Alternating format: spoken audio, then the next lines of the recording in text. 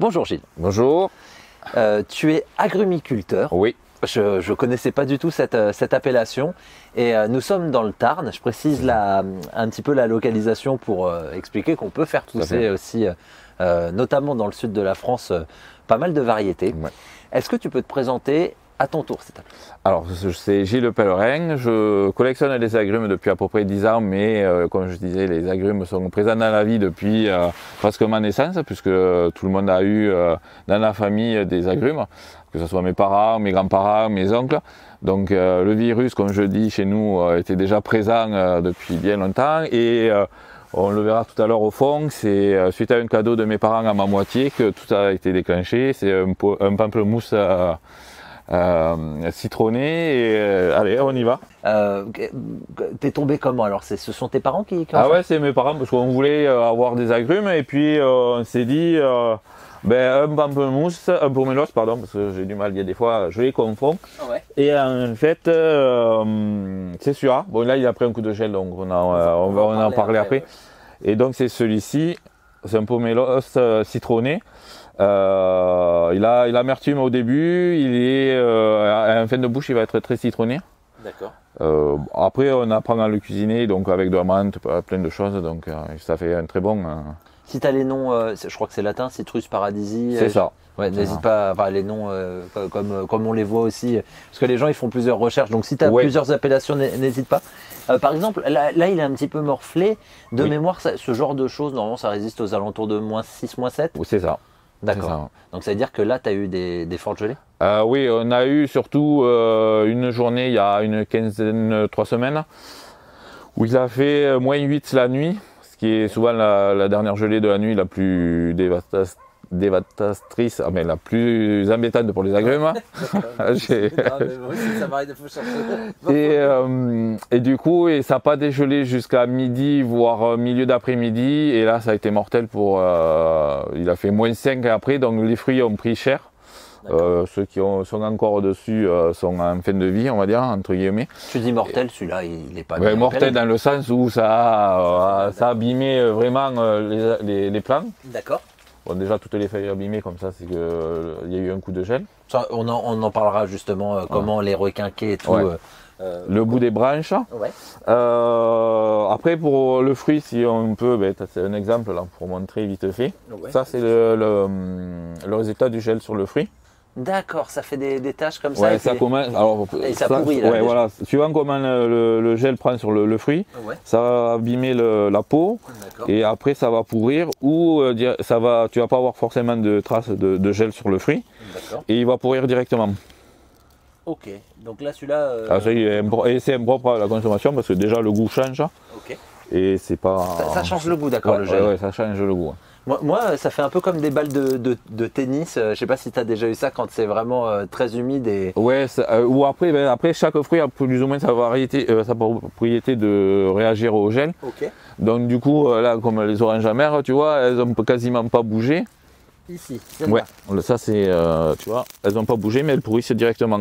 D'accord, ben dis donc, ça a bien résisté. C'est du sinensis? Non, ça c'est une orange amère et c'est une des variétés où on fait l'eau de fleur d'oranger.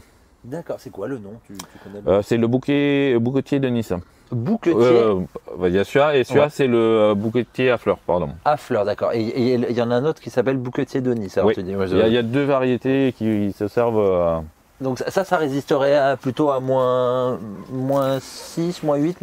Ouais, dans ces eaux-là. Après, bon là, je pense que tous les fruits ont pris cher, donc c'est pas. Eh oui.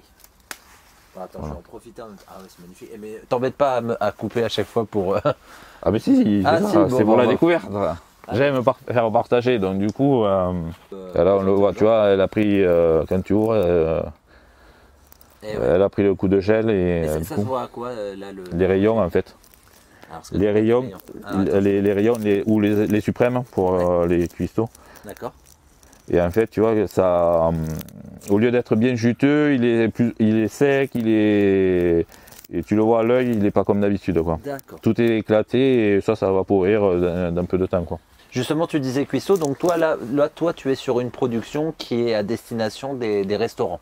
Alors à la base c'est ma collection personnelle et quand on est à 55 variétés différentes, ouais. Okay. Et 220 arbres parce que certaines sont réparties, ont plusieurs arbres. À un moment donné on se retrouve avec un excédent et même quand on distribue à toute la famille et tout le monde, et après avoir consommé à titre perso, qu'est-ce qu'on fait des arbres, des fruits, et si c'est pour les jeter, c'est pas la peine. Donc je suis pas dans cette optique-là. Et comme on s'aperçoit qu'il y a beaucoup de gens qui ne connaissent pas les agrumes, à part au travers des émissions culinaires, des bouquins de cuisine et tout ça, ou de jardinage, dans le Tarn, parce que je fais exceptionnellement le Tarn pour l'instant, les gens découvrent au fur et à mesure les... C'est quoi la variété presque inconnue ou qui est très peu répandue que tu distribues et qui a le meilleur retour pour que les gens à la recherche du goût, ils commanderaient quoi? Il y en a toutes sont très peu connues parce que là derrière il y a des vieux agrumes japonais qu'on a réussi à trouver. Celui-là c'est le Yuko. Okay. Il a été détrôné par le Yuzu avant. D'accord. Donc après, celui-là qu'on trouve le caviar ça m'a fait beaucoup rire, ouais. Qui est le Faustrine. C'est son nom? Ouais, c'est le Faustrine. Ouais. Et en fait, c'est un hybride entre un citron vert ou un limquat, ça dépend, et un caviar. Okay. Et en fait, il a la particularité d'avoir il est gros, ça va faire un peu plus gros comme un pouce, ouais. Et il a un goût de citronnelle. Donc du coup, moi je suis pas très fan de la citronnelle. Ça fait des petites billes. Ouais, billes et allongées par rapport aux autres caviars. Et en fait, j'étais très surpris parce que moi je suis pas forcément très fan de cet agrume-là. C'est un qui a le plus été demandé. Voilà. Est-ce qu'il existe des variétés d'agrumes qu'on peut planter en pleine terre en France, notamment dans le sud? Alors, aussi pour dire aux abonnés, chacun a dit de sa région. Le problème, c'est que j'avais pas de poser toutes les régions de France. Alors non, alors on va dire que le Tarn, enfin, on va dire jusqu'à Bordeaux, c'est assez simple parce que le Tarn le permet. On prend Bordeaux jusqu'à Lyon, à peu près, ça va être. Après, il faut faire en fonction du porte-greffe. Mais ici, il faut faire attention au porte-greffe. Mais après, oui, il y a des variétés type Satsuma, Yuzu, des choses qui sont très résistantes au froid où ça ne va pas te poser de problème. Après, il y en a d'autres qui sont vraiment plus résistants, mais le goût n'est pas forcément très bon. Comme le citrange, des choses comme ça? Ouais, des choses comme ça, où c'est dû au parent qui est un Poincerus. Et c'est très amer et très âpre, enfin c'est pas très agréable comme fruit, donc c'est vrai qu'après, plus on tend vers des résistances au froid, moins le fruit est des fois immangeable. Ouais. Voire immangeable. Ayant déjà goûté du Poincerus, quand on dit âpre, c'est même très gentil. Oui, le jus, par contre, le jus du Poincerus, si on fait vraiment attention de ne pas couper la peau, on arrive à avoir un jus qui, ma foi, n'est pas désagréable après à consommer, soit sur du poisson ou d'autres choses, mais c'est surtout la peau où il faut vraiment faire attention parce que le zeste, c'est rédhibitoire. Vous cuisinez avec, vous jetez le plat, quoi. En parlant de zeste, est-ce qu'il y a des variétés qu'on consomme que pour le zeste, justement, qui sont réputées Alors le kumbava, c'est surtout le kumbava qui va être utilisé par le zeste et les feuilles. Okay. Le jus est un peu particulier, mais peut être utilisé quand on sait il faut trouver juste les accords après, et puis c'est celui qui est fripé? Oui, c'est ça. Okay, alors là, j'en ai plus, mais il a un peu subi les pertes, les frimas du gel, donc je ferai voir, mais après c'est... Pour les gens qui regarderont la vidéo peut-être en plein été ou même à d'autres périodes, on sort de l'hiver, on est encore mais vraiment à la fin de l'hiver. Fin de l'hiver, ouais. Donc c'est pas la meilleure période. Non, pour filmer, surtout que là, en plus moi, avec ce coup de gel, j'ai un peu perdu des fruits. D'accord. Donc c'est vrai que c'est pas très parlant et très visuel, mais après il faut revenir à plusieurs périodes et en fin d'année pour... Non, mais là on va en profiter justement pour les questions, justement, vu que tu fais ça depuis 10 ans, tu auras ton retour d'expérience qui sera précieux. Quel sol est recommandé pour les agrumes? Alors après, on peut faire un peu tout ce qu'on veut, c'est sur le porte-greffe qui joue beaucoup. Donc si on a un sol argilo-calcaire, c'est surtout celui qui pose beaucoup de problèmes, parce qu'ils retiennent beaucoup d'eau et le calcaire à trop forte dose, ils n'aiment pas. Et donc il y a quelques porte-greffes qu'il faut sélectionner. Si je ne me trompe pas, c'est tout ce qui est citrumello, formaldéhyde et tout ça. C'est des nouvelles variétés qu'ils ont créées il y a une dizaine d'années, qui résistent au calcaire et tout ça. Après, voilà, c'est vraiment faire une étude du sol, de l'environnement, de plein de choses qui va vous permettre d'avoir des agrumes en pleine terre ou sous serre, vraiment dans le nord. D'accord. Ou si on est fou comme moi et qu'on teste et puis on. Ou tester et puis voilà, c'est après bon. Les agrumes issus d'un pépin, est-ce qu'ils sont viables pour obtenir des agrumes et donc pour surtout avoir le fruit? Et par la suite, est-ce qu'une greffe s'impose? Et surtout, je pense que c'est une question de longévité. Enfin, pas de longévité. Si, déjà, ça. Alors, le semis en soi va pousser, il n'y a pas de souci. Le problème, c'est que si vous attendez des fruits, ça va être très compliqué parce qu'à part de tomber sur une variété qui a des propriétés exceptionnelles, c'est minimum 8 ans et c'est généralement au bout de 20 ans qu'on a les premiers fruits sur les arbres issus de semis. Donc on est d'accord que si tu plantes un pépin, c'est plus pour tes gosses que pour toi. C'est ça. Et le seul... même si ça peut être un problème pour certains, c'est qu'on n'est pas sûr que la variété soit exacte. Donc si vous voulez, par exemple, vous voulez du citron caviar parce que la couleur vous plaît, suivant le contexte qu'il est, et comme on ne peut pas maîtriser la pollinisation, de toute façon, à moins de le mettre sur cloche, et encore, ça va être compliqué, on estime que chaque pépin donne une nouvelle variété. D'accord, donc c'est très dangereux de passer, de tenter. Après, si on attend, par exemple, parce qu'on voit souvent des graines de caviar, parce que c'est l'exemple le plus frappant, vous êtes à 90% sûr que ça ne va pas être la variété exacte. Donc, moi, je conseille plutôt de prendre un plan greffé, et au moins là, vous êtes sûr que c'est la bonne variété. D'accord. Justement, je rebondis dessus alors sur les greffes.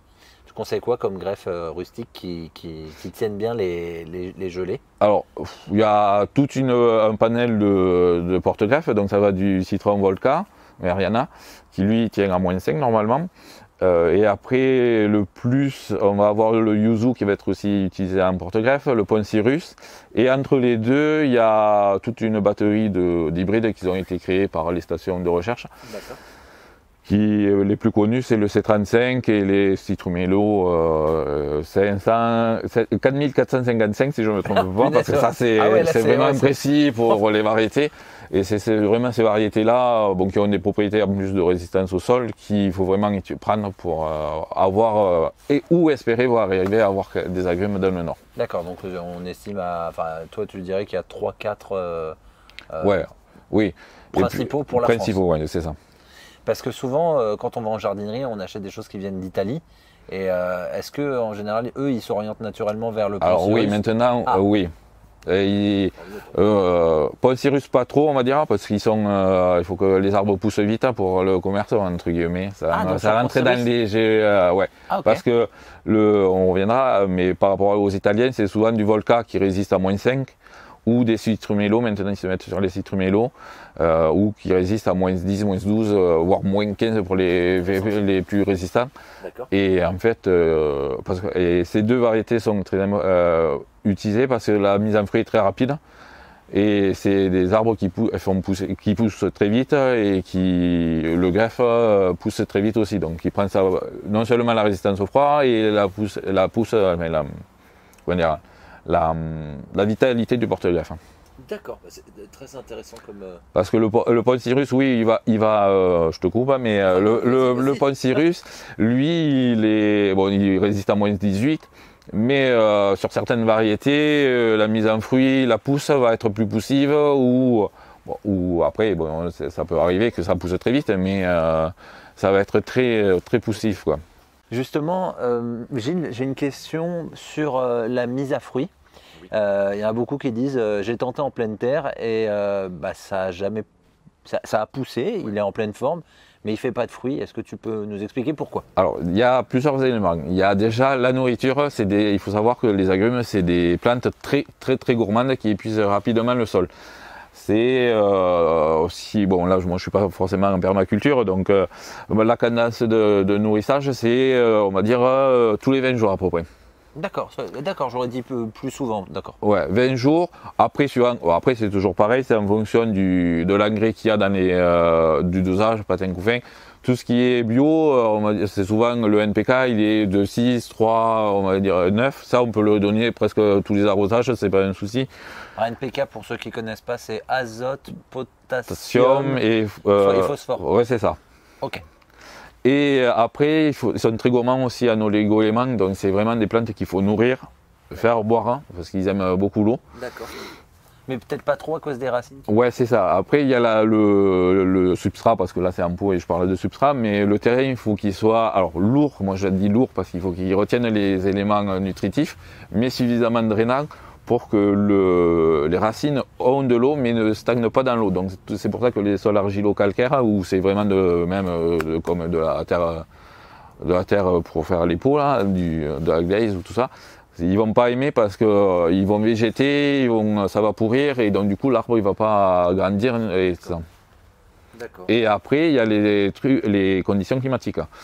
Si vous avez un delta entre la luminosité, la chaleur et tout ça, ça va influer aussi et ils n'aiment pas le vent. Donc si vous êtes en pleine terre et que pile là où vous les avez mis c'est du vent, c'est venteux, ça va influer sur la nouaison en fait, ça va balayer.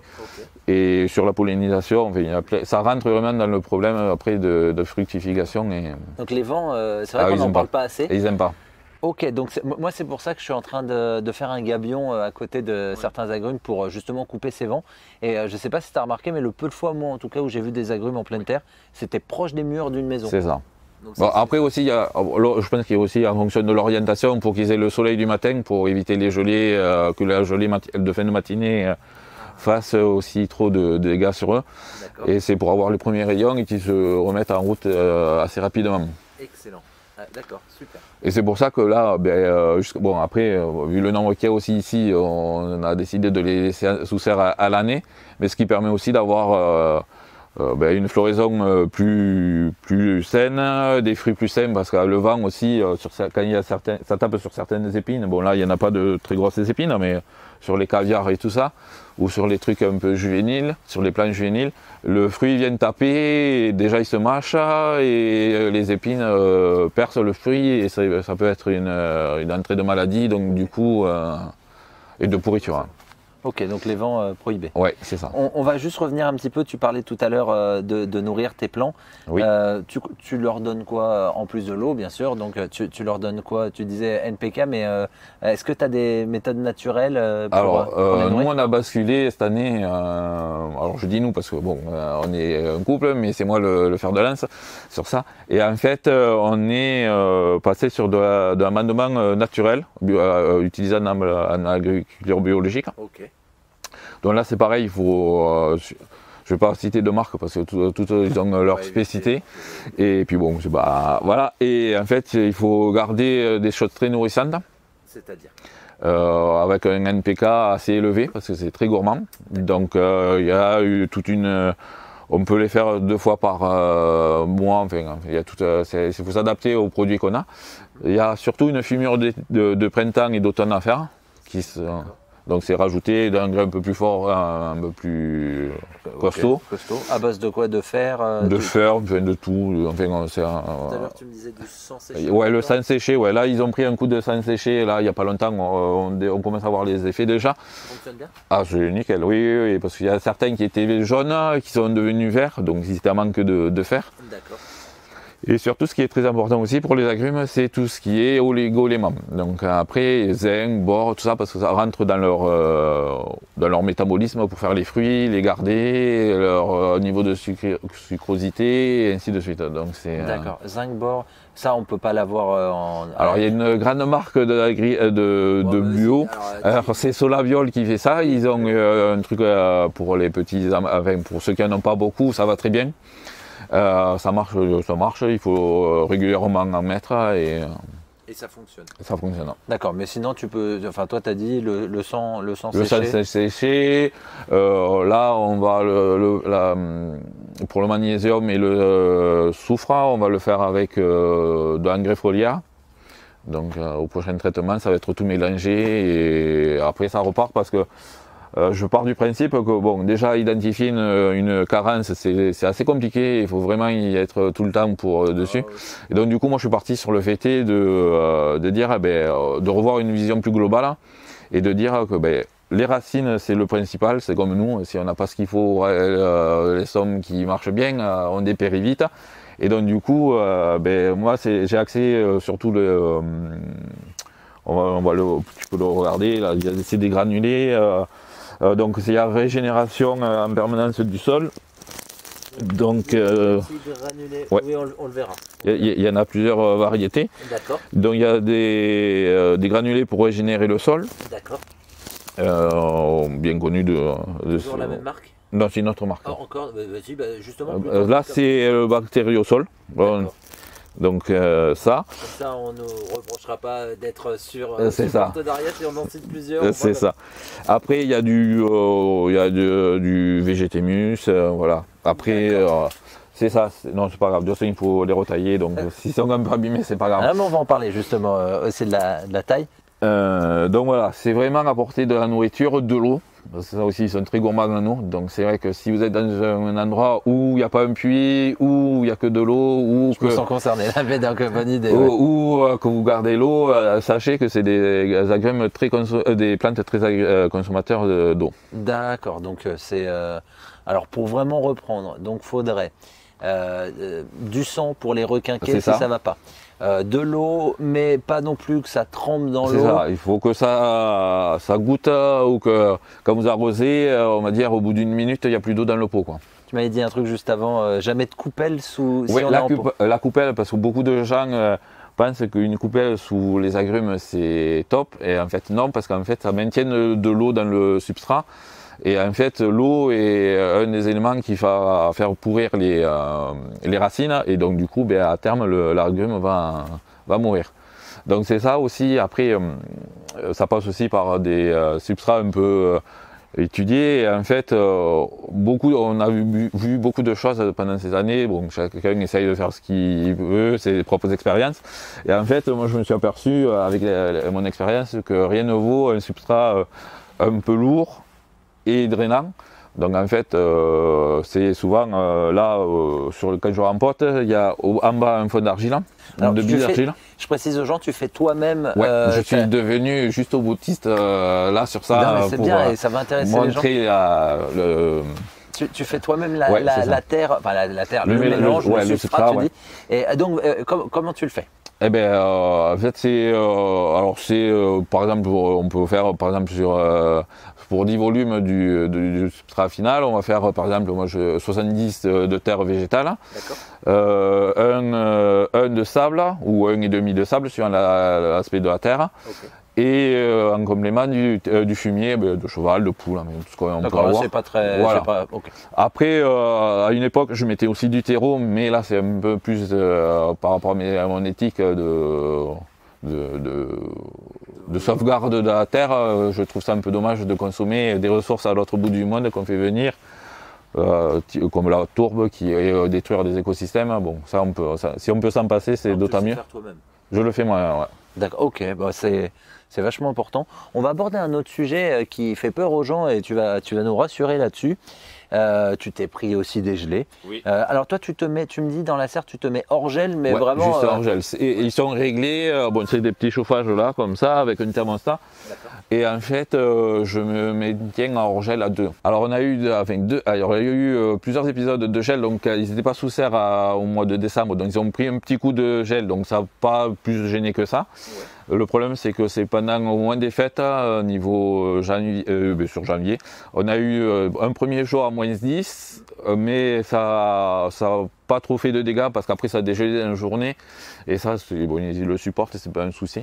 C'est surtout il y a une quinzaine de jours, 3 semaines, où il a fait moins 8 jusqu'à presque 8 heures de la matinée, et après ça n'a pas dégelé, et là ça a été douloureux pour les fruits et pour les agrumes.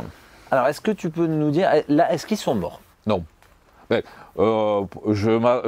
une variété que je pense qu'il a dû pas survivre. Okay. mais les 3/4 ont été touchés, mais là comme là sur celui-là, on voit qu'il y a encore du vert, donc il n'a pas... Bravo, je viens de le couper, c'est pas grave. Okay. En direct. Voilà, c'est ça. Et en fait, non, tant qu'on voit que c'est du vert, ils ne sont pas morts en fait. D'accord. Et tant que le gel n'est pas arrivé au point de greffe, ça repart. Super, d'accord, donc c'est vachement rassurant. Qu'est-ce que tu fais à la sortie là, de l'hiver quand tu veux les réexploiter? Tu tailles, Ouais. comment on s'y prend pour tailler? Alors ça c'est un peu, il y a de grandes règles, mais après c'est chacun qui voit et qui donne la forme de son arbre. Tu me montrais un truc tout à l'heure assez pertinent, tu dis ça, je vais le couper. Est-ce qu'on a des exemples? Là, ici, par exemple, là, ici, justement, c'est celui-là où on peut reculer pour que ce soit plus facile. Ah, c'est... Ok. Donc là, il a subi le gel, parce que bon, déjà les feuilles, elles sont pas très jolies, et ainsi de suite. Donc là, on voit qu'il y a plein de dieux qui ne sont pas exploitables. D'accord. Celui-là, parce que déjà, vu la couleur. Ok. Et bon, là, j'avais déjà fait une prétaille, donc là, on voit bien les morsures du froid. D'accord. Mais là, comme il est vert et comme il a eu le traitement aux huiles, je vais le laisser pousser quand même, repartir, voir si ça repart pas. Après, pour la taille, c'est pas compliqué. On taille souvent au-dessus d'un œil. Alors, pas trop près parce qu'on va l'abîmer. Ok. Donc, on coupe et après, ça repart. Au-dessus d'un œil. Ouais. Et alors là, tu as dit, je rebondis. Alors là, faut pas me dire certains mots. Tu as dit, on met des huiles. Tu mets quoi et pourquoi? Alors, en fait, je ne me qualifie pas de biologue, d'écologique ni quoi que ce soit, c'est juste parce que cherche du naturel. Voilà, c'est une culture très naturelle qu'on essaye de faire. Et en fait, on est à basculer sur des huiles essentielles depuis l'an dernier pour les traitements contre les insectes, les parasites. Moi, j'ai des cochenilles sur Ouais, alors ça marche du feu de Dieu. Alors, il y a quelques astuces à faire parce que certaines sont plus résistantes, mais après là, on a avec certaines huiles. La sarriette, après il y a la sarriette si t'en as à conseiller. La sarriette des montagnes, ça permet de fluidifier en fait la sève. Donc du coup, ça va trancher vite sur ça va arrêter les effets négatifs soit de la maladie, soit du gel. Et en fait, on va avoir alors là, je n'ai pas l'exemple, si, ici, on va voir vite la coupure, la démarcation encore plus qui va se faire. Alors, entre ah oui, là. On voit bien, là c'est plus clair. Et... Ça va vite arrêter et le tissu sain va vite prendre le dessus sur ceux qui sont morts et ça va stopper la... Alors moi, pour les huiles essentielles, pour revenir sur les huiles essentielles, j'ai rien inventé. Il y a un grand spécialiste qui est Eric Pétiot qui a fait un livre dessus. Et c'est notre Bible et on a fait une préparation en mixant plusieurs choses pour faire éventuellement qu'un traitement ponctuel quand il y a vraiment besoin et ça suffit largement. Mais alors comment tu fais? Tu là. Pulvérises? Ouais, c'est d'accord. Il y a l'aide d'un pulvérisateur. D'accord. Il explique très bien comment on fait les mélanges, les dosages et on pulvérise. Bon là je vais pas le faire parce qu'après on va sentir l'ail. L'ail, ouais. Il y a de l'ail, ok. Ouais. Bon après j'ai rien inventé donc j'ai juste fait comme il a expliqué donc voilà je vais même conseiller à des pros ils l'ont mis, ils ont essayé parce que aussi ils sont dans cette démarche là de moins de pesticides et a priori ça marchait super bien. D'accord, donc quand tu dis de l'ail tu mélanges de l'ail dans l'eau? Non, de l'huile essentielle, tout est à base d'huile essentielle. Ok, huile essentielle, huile végétale et argile pour faire le mouillant. Et après, on dilue dans l'eau et après on sulfate. Et ça arrête beaucoup de... Oui. Il y a les cochenilles, il n'y en a quasiment plus. Bon, il y a 2 ans, j'avais fait une introduction de coccinelle spéciale cochenille. Excellent. Elles sont orange et marron. Bon, je n'en ai pas vu cette année, je n'en ai pas refait. Et aussi, je pratique l'introduction de biodiversité, donc surtout des coccinelles. Parce que c'est ce qu'on trouve le plus facile. Et du coup, entre les huiles et les coccinelles, il n'y a pas besoin de pesticides, ça s'autogère. Génial, ok. Alors, pour citer un exemple, sur un pamplemoussier qui était dans notre serre, il était infesté de pucerons, j'ai dit bon je laisse faire.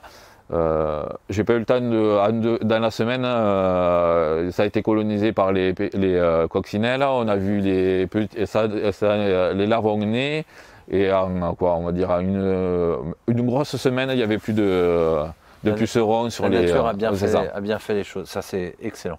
Donc les coccinelles, ouais, bah ça, de toute façon, on en parle régulièrement. Ouais. Est-ce que dans cette serre, il y a peut-être une variété un peu étrange ou je sais pas, une variété que tu aimes plus que les autres que tu... Alors ça, comme je dis, me demandez pas quelle variété j'aime le plus ou je peux pas. Ah oui, ben toi, oui. Ouais, moi, j'aime tout. Après, là, vous avez des satsuma, c'est des mandarines japonaises qui arrivent, qui sont très précoces. Les toutes premières variétés commencent à arriver à partir de fin août, début septembre. D'accord. Et Satsuma, tu t'avais dit tout à l'heure, ça restait à moins 10, moins 12 de mémoire. Ouais, c'est ça. Alors l'arbre, mais le fruit, il a toujours tendance à geler à, on va dire, à moins 4. Voilà, moins 4, les fruits, ils prennent un coup de gel et après ils sont... Et justement, alors moi, tu vois, par exemple, j'ai eu des oranges chez moi. Oui. Et un coup, c'était trop tôt. Oui. J'ai attendu, il y a eu du gel. Et après, c'était trop tard. Est-ce qu'il y a une technique pour vraiment réussir à les prendre à point ou il faut les prendre, les couper? C'est ça. C'est surtout le... Alors après, il y a des grandes périodes qu'on généralise, on va dire par exemple à Washington, Navel, qu'on trouve dans le commerce, on va dire que pour ce qui est produit en France, ça va être par exemple allez, pour les plus chanceux, on va dire mi-novembre jusqu'à mi-janvier.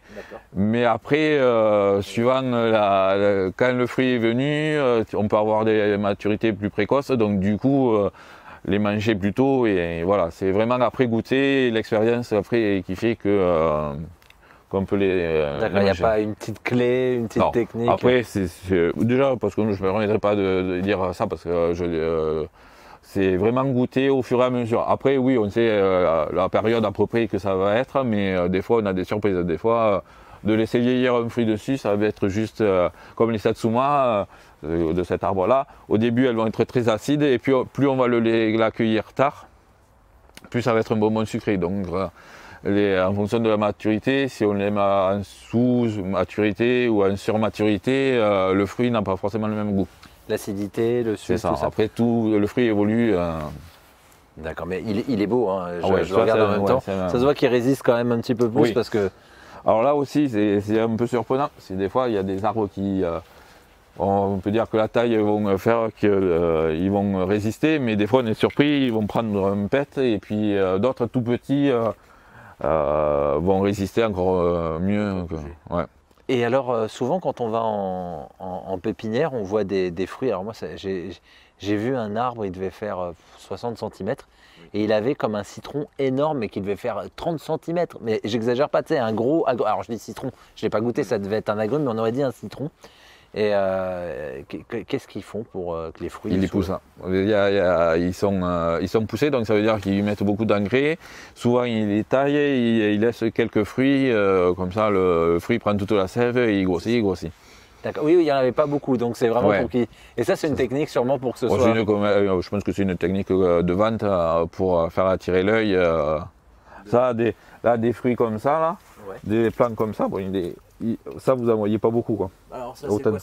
C'est une mandarine ortanique, ça. C'est une mandarine qui est tardive, qui va pas tarder à être consommable. Et bon, là, comme le plant est un peu petit, les fruits sont un peu petits, mais on le retrouve dans le commerce. D'accord, c'est ça qu'on... Ok. Ah oui, il y a beaucoup de variétés qu'on retrouve dans le commerce, et ça... Quand on goûte entre celle du commerce et celle sur pied, c'est autre chose. Là, il y a des cléments nuls, des oraux nuls, enfin des limes de Tahiti. Donc, Lime de Tahiti, c'est le citron vert? Oui, c'est ça. D'accord. Alors moi, même en serre enterrée, donc normalement hors gel, il fait la tête. Hein. Oui, c'est ceux-là, ouais. Ah bah d'accord, ok, bah, je comprends. Ils sont un peu fragiles, mais après, c'est souvent Après, généraliser, l'expérience montre que des fois, des plantes qui vont être très dites résistantes ne vont pas résister, ou qui est censé être très poussif et va pas forcément pousser. C'est la nature, quoi. T'as déjà testé le bouturage, le marcottage? Est-ce que c'est efficace sur les agrumes? Oui, ça marche. Ça est compliqué parce qu'il y a des techniques à faire. Respecter des températures et tout ça. Après, la durée de vie n'est pas forcément très géniale non plus. Parce que l'enracinement n'est pas pareil. Voilà. D'accord. Donc toi, tu as déjà essayé, mais c'est pas. Alors j'ai essayé sur des mains de Bouddha. Ouais. Bon, je ne vais pas continuer à le faire parce qu'ils sont décédés avec le coup de gel. D'accord. Donc du coup, ils perdent de la résistance au froid, surtout si c'est des variétés qui sont très fragiles. Super. Tu perds ce fameux truc du porte-greffe. Ouais. Ou après, j'ai tenté du citronnier, mais après, c'est plus poussif et bon, on peut le faire, hein, mais c'est pas non plus. Ouais. Le seul avantage, c'est qu'on garde la même variété. Et oui. Par rapport au semis. Et oui, c'est le but des boutures et du marcottage comparé à ce que tu disais sur le pépin. On va aller dans une autre serre encore pour montrer. J'ai encore plein d'autres questions, t'inquiète pas. Oui, c'est pas de souci. Donc Gilles, on est encore dans une serre, tu as de nombreuses serres. C'est vrai que pour caser 145 variétés. La première que je vais poser, c'est à quelle période qu'il faut effectuer la taille? C'est à la sortie de l'hiver? Ouais, la première taille, c'est surtout à la sortie de l'hiver. Donc là, ils ont été taillés, d'autres vont être taillés parce que je n'ai pas tout fait. Okay. Après, bon, on estime que même dans l'année, on peut tailler jusqu'à 4 fois les agrumes. À quelle période alors? N'importe quand. Ok, donc c'est quand même ça. La parce taille, que ça pousse assez. Quand ils sont en forme, ils poussent très bien. Et donc du coup, là, comme ils sont sous serre, il faut les tenir en respect entre guillemets. Mais après, tous les 4 fois par an, ça suffit en taillant.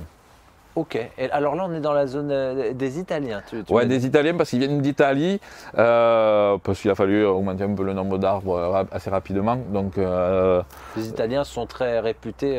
Et les Italiens et les Espagnols, enfin, voilà. Nous on a un peu perdu en France cette activité-là parce que le coin de Menton a vraiment perdu l'activité du citron de Menton. Ça change parce que notamment il y a des groupes de luxe qui ont investi sur des orangers sanguins, amers pardon, pour faire le parfum. Ah d'accord. Ah, oui. Tout ce qui est bouquet de Nice, bouquetier de fleurs, ils ont refait des plantations parce qu'ils n'arrivaient pas à trouver la qualité et le savoir-faire français. Donc du coup ils ont investi, ça replante et bon après il y a quelques pépinières en France qui vendent mais après c'est pas non plus comme eux où c'est un pays où ils développent ces activités à fond. Ok, tu m'as devancé une question. Est-ce que tu as quelques références où toi tu as fait des achats en France ou peut-être même en Europe? Ouais, voilà. Après ils ont tous un site internet, donc il y en a à Perpignan, il y en a. Il y a Vessières, il y a après il y en a plein, il y a alors Bachès non parce qu'ils font que du fruit maintenant. D'accord. Okay. Les repreneurs de Bachès font que du fruit. Okay. Après il y en a un peu dans l'Anjou, il y en a de partout et moi c'est la prochaine activité qui est lancée pour les porte-greffes mais qui sera lancée que l'année prochaine sur réservation. Voilà, donc je préviens bien les gens, oui un jour Gilles le fera sur réservation mais pas tout de suite donc m'envoyez pas de mail s'il vous plaît, pas tout de suite. On reviendra quand tu lanceras ton activité pour dire aux gens lâchez les fauves. C'est ça. Non, après parce qu'il y a manque de place et après il faut aussi former les plants et après conseiller au mieux les gens. Oui, puis quand tu es dans le respect des arbres et tout, je pense que tu n'as pas envie d'aller trop vite et de respecter les cycles. Et puis après, après on pourrait dire j'achète tant de porte-greffes en Espagne, je greffe.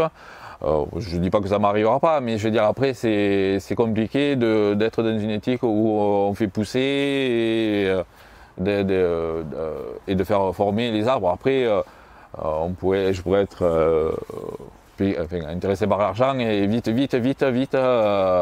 mais c'est pas le but que je recherche, c'est faire avant tout de la qualité et que les gens soient contents du produit, quoi. Si c'est pour qu'ils meurent au bout de 2 ans parce que voilà, ça a été trop rapide, trop poussé, c'est pas mon intérêt, quoi.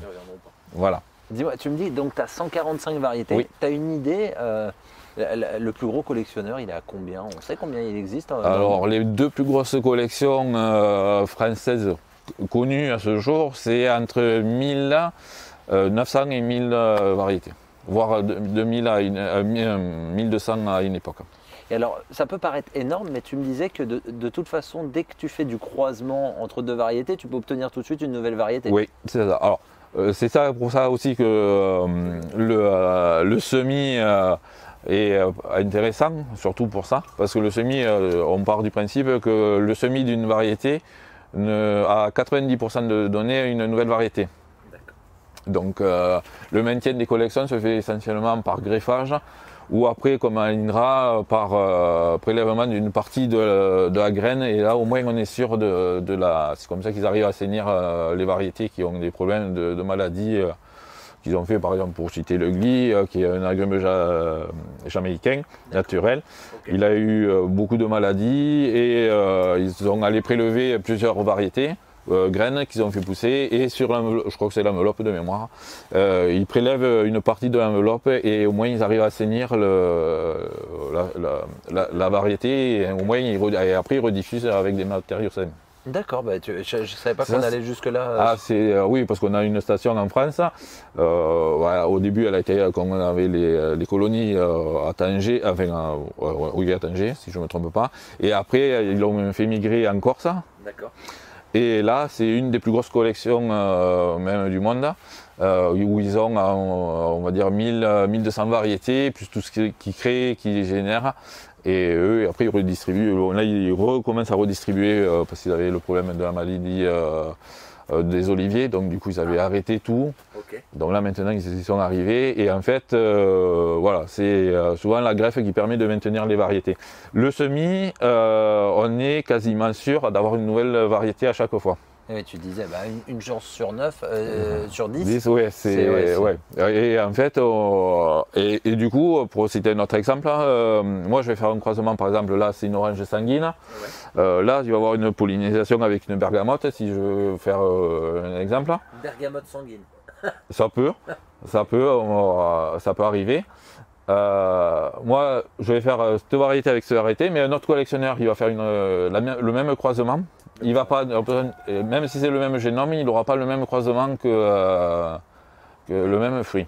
Mais en tout cas, ce que tu viens de me dire, c'est pas tombé dans l'oreille d'un sourd. Il va falloir que j'aille en Corse très prochainement. Ouais, pour faire un reportage. Alors après, ils font des portes ouvertes surtout en décembre, et après, il faut voir s'ils font des visites. Après, je me permettrai de leur écrire dans le cadre de la chaîne. Alors, ici, tu as dit des Italiens. Est-ce que les Italiens sont spécialisés dans certains agrumes ou c'est vraiment... Après, il y a de tout, okay. On trouve de tout. Il faut chercher après les variétés qu'on veut et en fonction des fournisseurs, on récupère les variétés. Sur les sanguines, on arrive à avoir des choses qui résistent à moins 8, moins 7. Alors, il y en a une qui est en Corse, qui est tout petit, qui était dans la première serre. Ouais. C'était l'oranger des Monts Corse sanguin. Et bon, là, il est rentré cette année, donc j'ai pas trop de fruits pour l'instant. Il a passé l'hiver. Il est greffé sur Poncirus et il a passé l'hiver nickel. D'accord, donc ça c'est intéressant. On m'avait dit, parce que dans ma recherche d'agrumes, on m'avait dit, ouais, il y en a un en Corse. Alors je croyais que c'était mandarinier corse, alors peut-être que... après, il y a la mandarine corse, oui. Ah oui, aussi. Mais qui arrive sur des sabres, donc du coup, les gelées sont pas encore tout à fait là, ou c'est des petites gelées qui n'est pas négatives. C'est intéressant ça, c'est-à-dire que tu peux ramasser avant les gelées. Oui, parce qu'il y a des périodes. En fait, la fructification des agrumes, elle part, si on veut donner vraiment une saisonnalité, on va dire qu'elle débute de fin août. Ouais. Et pour les plus communes, elle va s'arrêter mi-mars jusqu'à juin. Mais en choisissant bien les variétés, on peut quasiment avoir des agrumes toute l'année. Sans parler des 4 saisons, des citronniers 4 saisons qui fleurissent en permanence. Alors bah tiens, je vais un défi, est-ce que tu peux me donner 4 variétés qui couvriront à peu près à 2-3 mois près une année par exemple. Là, en début d'année, qu'est-ce qu'on Alors en début d'année, bon, je vais mettre à côté les citrons, parce que bon, ils sont 4 saisons, donc ça, on les a tout à temps. On va commencer par les Satsuma. Il y a différentes en début d'année, il y a différentes variétés, c'est des mandarines japonaises. On peut enchaîner avec le yuzu, que tout le monde connaît. Yuzu, quelle période c'est normalement, les premiers, pour ceux qui les consomment en verre, ça va être septembre. Et on va arriver jusqu'en décembre. D'accord. En principe, on a 2-3 mois de récolte. Puis tu disais en ce moment, avec le changement climatique, que c'est compliqué peut-être comme question parce que... Ouais, parce qu'on s'aperçoit qu'ils ils refleurissent en permanence. J'ai des variétés, notamment des citrons verts, qui fleurissent que de mars à avril, voire mai, et qui fleurissent quasiment toute l'année et qui font des fruits. Là, juste avant les derniers gros coups, J'avais des orangers Washington Navel, c'est ceux du commerce qui étaient en train de refaire une montée de fleurs jusqu'en décembre. Après voilà, ils étaient un peu à l'abri. Il y a plein d'éléments qui font que et le réchauffement climatique intervient aussi grandement. Et si on veut récolter, là tu m'en avais dit 2 juste avant, tu avais vers septembre, là début d'année. Oui, les Satsuma. Si on veut entre mai et août. Après c'est des oranges, des mandarines tardives ou qui fleurissent, qui arrivent à terme, pardon, comme les autres, mais qui ont la possibilité de rester très longtemps sur l'arbre sans perdre de qualité gustative. Ah, excellent. Donc il y a les Valencia Lane, les Lane Late, c'est toutes les variétés d'oranges à Navel. D'accord. Et après, il y a toutes d'autres mandarines, ainsi de suite, qui sont tardives. Bien joué. Petit défi, tu l'as relevé haut la main. Et vu que toi, tu travailles directement avec les cuisiniers et tout, c'est le yuzu en ce moment qui doit être le plus demandé, non? Alors là, on est en fin de yuzu pour travailler sur du yuzu très maturé, donc qui est en surmaturité. Il devient un peu plus orange, les goûts changent. Après, il n'y a pas vraiment de... C'est en fonction de comment veut travailler le cuisinier ou le pâtissier, et ainsi de suite. C'est un travail de goût. Parce que je te dis, mais je crois que clémentine, c'est un mélange entre la mandarine et... Alors, l'historique et la mandarine, c'est la mandarine qui est arrivée en premier. Et la clémentine, c'est une variation qui s'est faite en Algérie, je crois, de mémoire. Et c'est le père Clément qui l'a découvert. Et en fait, elle a été sans pépins. En fait, elle a la particularité d'être sans pépins, naturellement. D'accord. Bon, après, avec les croisements, il y a toujours des pépins, mais en clémentine, il ne faut pas des variétés tardives qui ont la maturité enfin, mais après, à moins 5, le fruit, il prend un coup où il faut trouver vraiment les variétés, mais qui sont après quasiment immangeables, qui vont résister, mais après, c'est beau. Oui, parce que si l'arbre résiste mais qu'on n'arrive pas à avoir de clémentine, il n'y a pas de, moins d'intérêt. C'est ça. Ok, donc à -5 les clémentines, elles... Ah oui, tout. Là, s'il n'y avait pas eu le coup de gel, il y aurait eu encore plein d'agrumes. D'accord, donc ouais, pour toi, la saison, elle s'arrête dès que tu entends des gels, quoi. Ouais, là, cette année, c'est exceptionnel parce que d'habitude, on n'a pas de... L'an dernier, pour donner une idée, il y avait beaucoup moins de serre. Hein. On a chauffé sur 4 mois en serre, on a dû chauffer à peine une semaine. Et à 5, quoi. C'est vraiment du maintien hors gel. Donc c'est... Que là, t'as pas mal chauffé au moins pendant un mois. Alors non, parce que pour des raisons, le chauffage a été un peu perturbé et juste avant il est tombé en panne. Donc du coup, t'as pas de chance, là, cette année il n'y a pas eu. Et là on est dans les serres où. C'est ta 10e année, tu dis c'est mauvais la 10e alors. C'est ça, ouais c'est ça, mais ça teste au moins si on veut vraiment perdurer dans la chose et si on est vraiment passionné, parce que là en plus dans cette serre là, la place il y avait un barnum puisqu'ils étaient assez hauts ceux-là. On était parti sur l'idée du barnum, comme on va voir tout à l'heure, hein, puisqu'il en reste un. Et il y a eu un grand coup de vent et malheureusement bien attaché, il a fini sur les autres serres derrière. Donc du coup, on a dit, bon, cette année, c'est la période de test pour voir si on est vraiment passionné et accroché. Tu sais, ça me rassure. Alors désolé mon pauvre de dire ça, mais ça me rassure que même les gens qui, après 10 ans d'expérience, se foirent.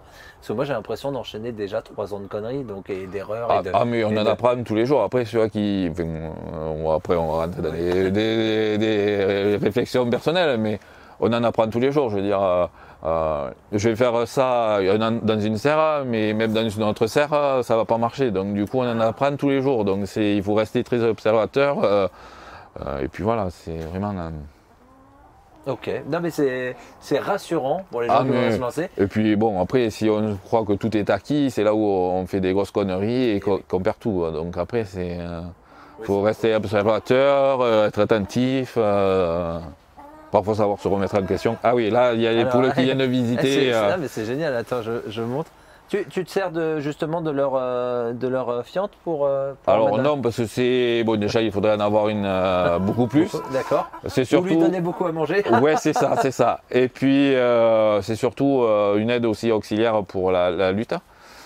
Parce que elles sont tout le temps en train de gratter, de fouiner, une poule quoi. Oui. Et là, il y en a une qui veut rentrer.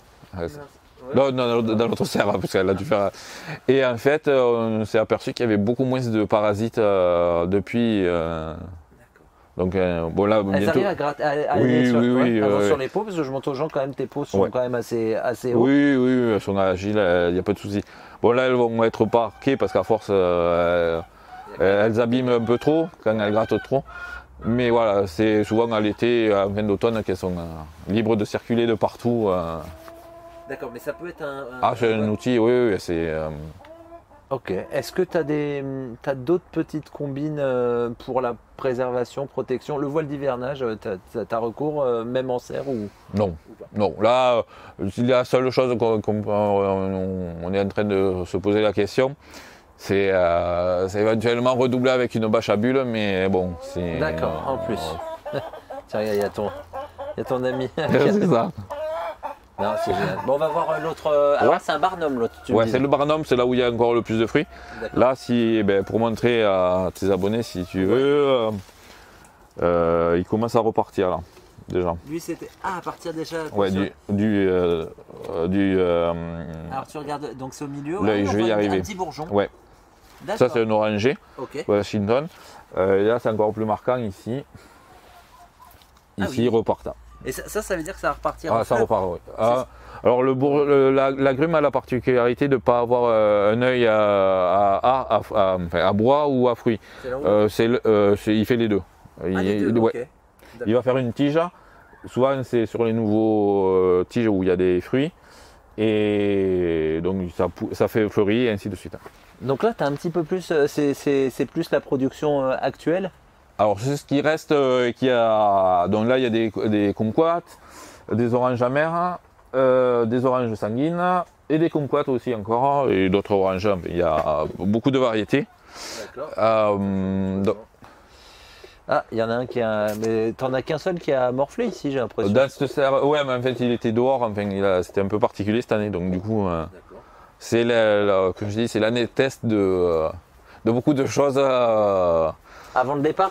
Ouais, le départ, ouais. Ça va être... Et tu me disais, les kumquats, ça résiste vachement bien.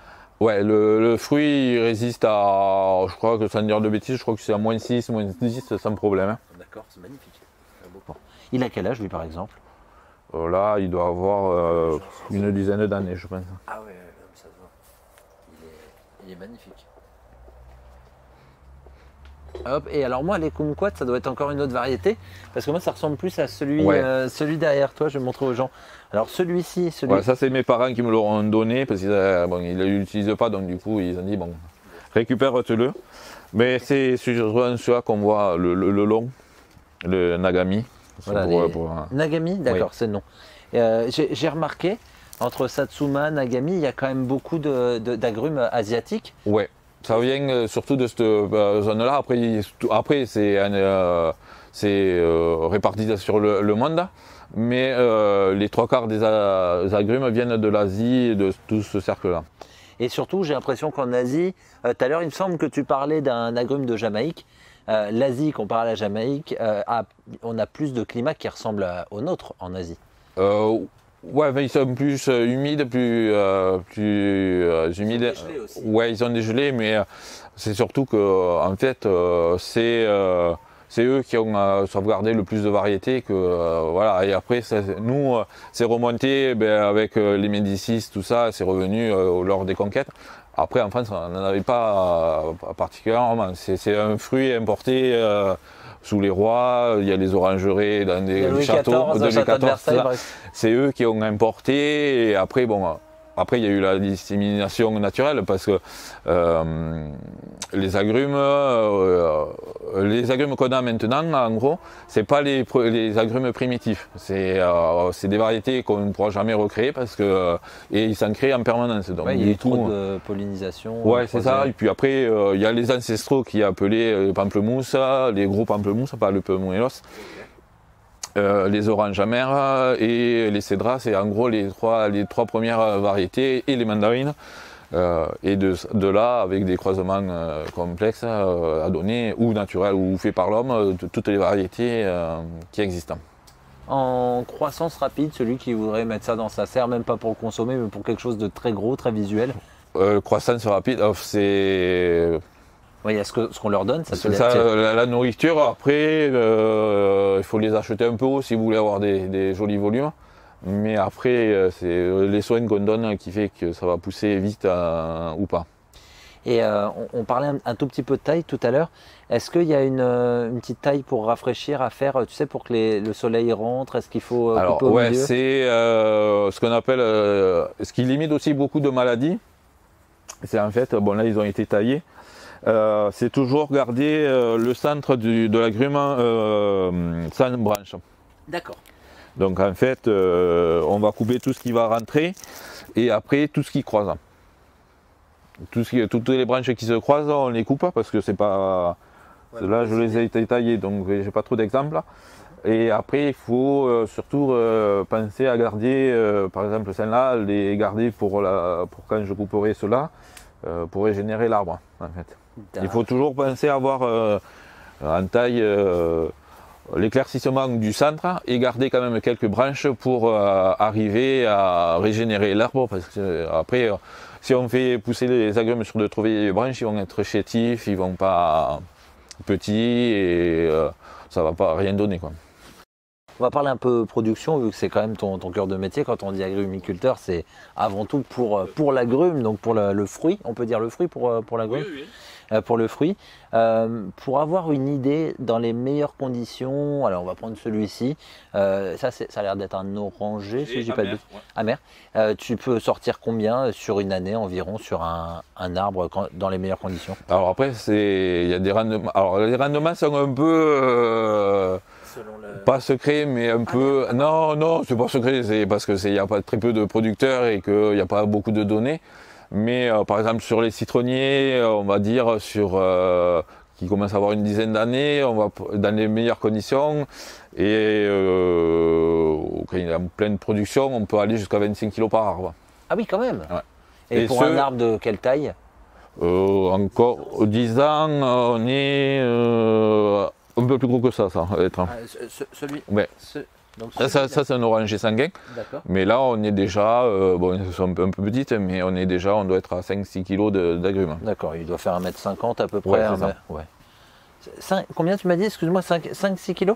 Ouais, là oui. Sur celui-ci? Ah ouais, d'accord, c'est pour avoir une idée parce que... Et après, bon, chaque variété a ses propres rendements. Parce qu'il faut garder ceux qu'on garde, ceux qu'on jette. Mais voilà, c'est la main de Bouddha, ça va être une dizaine.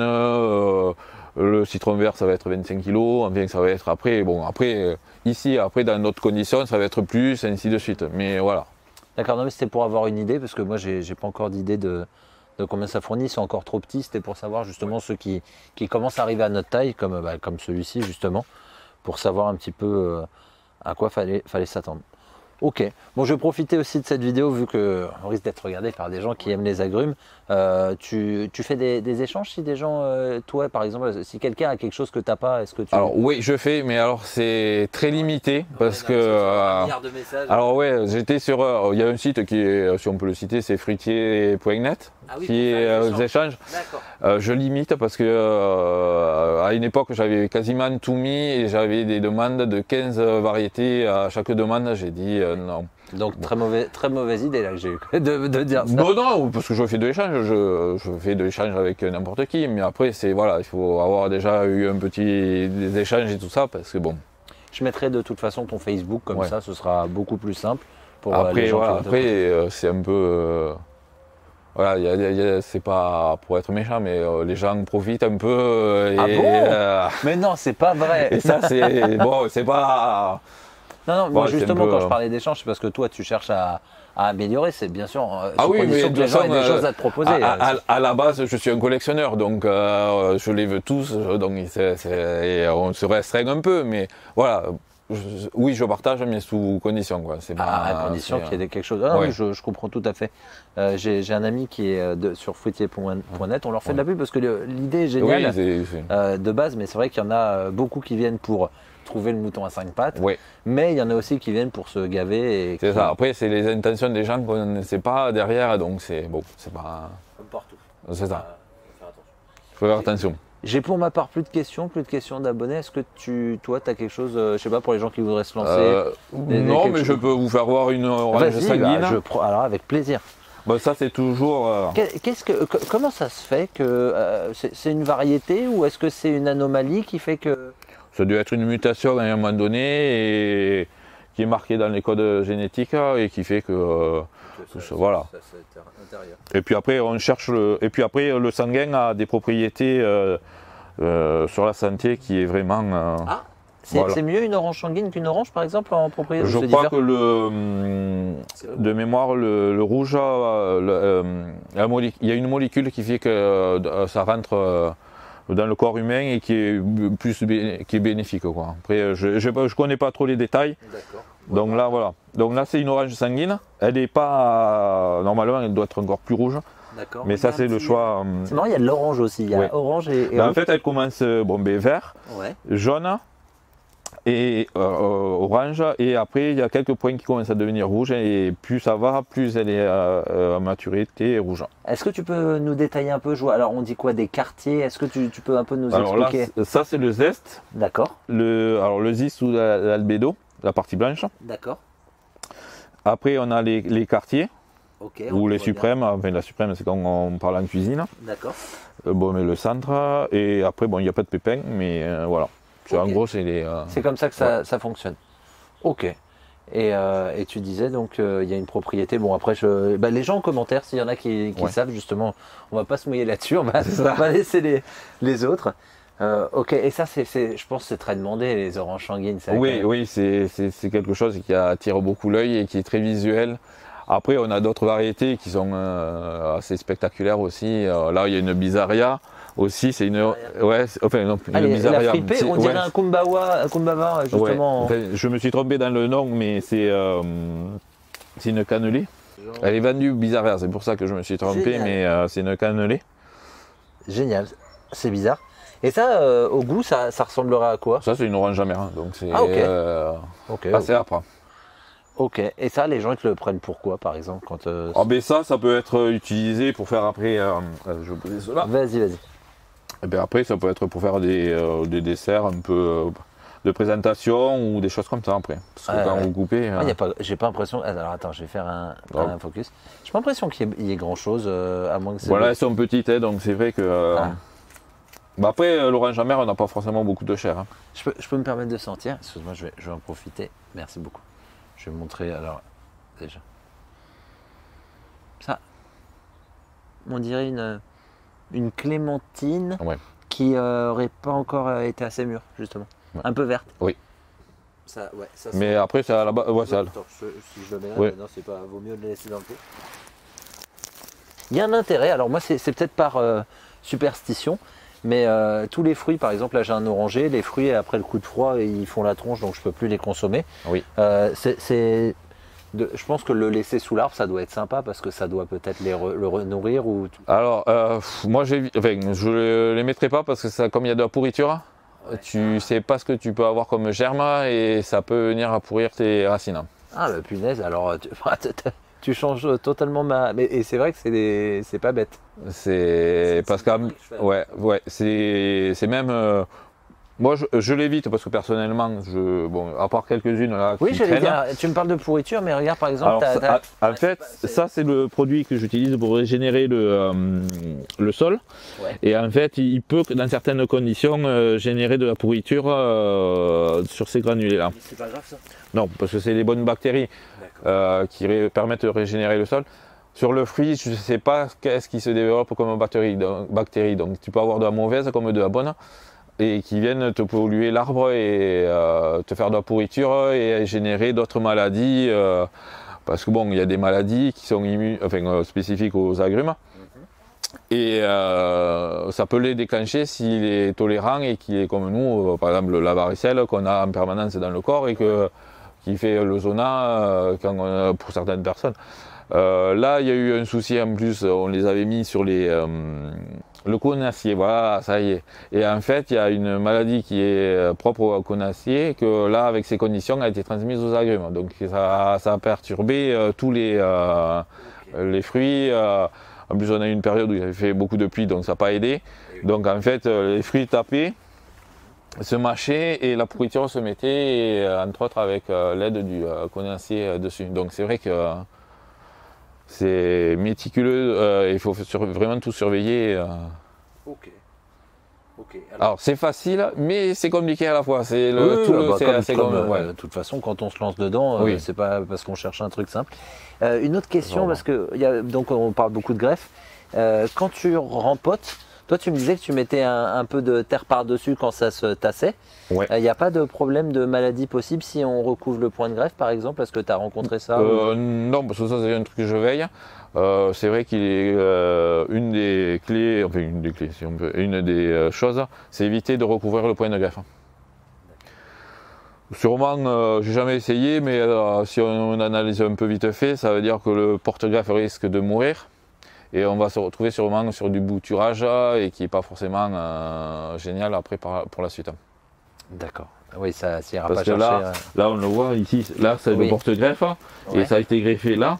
Et donc si tu recouvres là, lui sûrement qu'il va mourir à terme et ça va donner des racines de type bouture. Donc sur le bouture, c'est pas génial non plus. Elle est là la greffe, c'est impressionnant. Il est énorme par rapport à l'arbre. Et après, l'arbre quand il grandit, naturellement, il va se remettre. Après, il refait un tronc quoi. Oui, c'est ça. Génial. Et là, on voit que ça repart sur des racines. Si tu remettais de la terre, on va dire jusque là, donc au point de greffe, ça repartirait en racines. Ah oui, là, après, tu repars en racines. Ouais. Ok, d'accord. Parce qu'après, comme je disais tout à l'heure, la particularité de l'œil des agrumes, il est ni à bois ni à fleurs, il fait les deux en même temps. Donc après, lui, suivant les conditions, il choisit ce qu'il veut faire. S'il veut faire du bois, s'il veut faire des racines. C'est le principe des boutures. C'est en principe les boutures, là, si j'avais à bouturer, tu vas couper là. Et tu vas laisser un ou deux yeux dans la terre et c'est les yeux qui vont te donner les racines. Alors attends, excuse-moi, je vais montrer donc toi tu coupes. Là, si on prend cette branche pour faire une bouture, donc on enlève cette feuille là et on va l'enterrer jusque là. Donc il y aura au moins deux yeux ici là, ce qu'on est ici. Qui feront des racines. Ouais. Ah génial. Ah oui d'accord, c'est ça sa particularité. Ouais, c'est ça. Donc racines ou branches ou fleurs. Oui, c'est ça. Génial, ah ben ça tu vois, je savais pas. Et là on a vu, ils sont en train de repartir à fond. Ah oui. Donc, là même on voit qu'il y a peut-être une floraison qui se prépare. Ici là. Alors c'est quoi la différence? Pourquoi tu... La couleur après c'est l'expérience qui fait qu'à un moment donné, la couleur de l'œil va faire que ça va être une fleur. D'accord. Comme là on le voit plus sur celui-là qui est... un des qui a fleuri jusqu'à décembre, on le voit que ça va donner très certainement des feuilles à terme, des fleurs. Merci Gilles, merci pour cette présentation. Je reviendrai sûrement quand il y aura plus de choses. Et n'hésite pas à me tenir informé dès que toi tu te lances sur la partie vente de plants. Il n'y a pas de souci. Parce que je sais que ça va intéresser beaucoup de monde et c'est aussi pour ça que je me suis rapproché. Déjà c'est aussi parce qu'on n'est pas loin. Et je sais qu'il y a beaucoup de gens qui veulent s'installer et qui veulent acheter aux passionnés directement. Bonne journée à toi. Merci. Et à bientôt. À bientôt. Merci.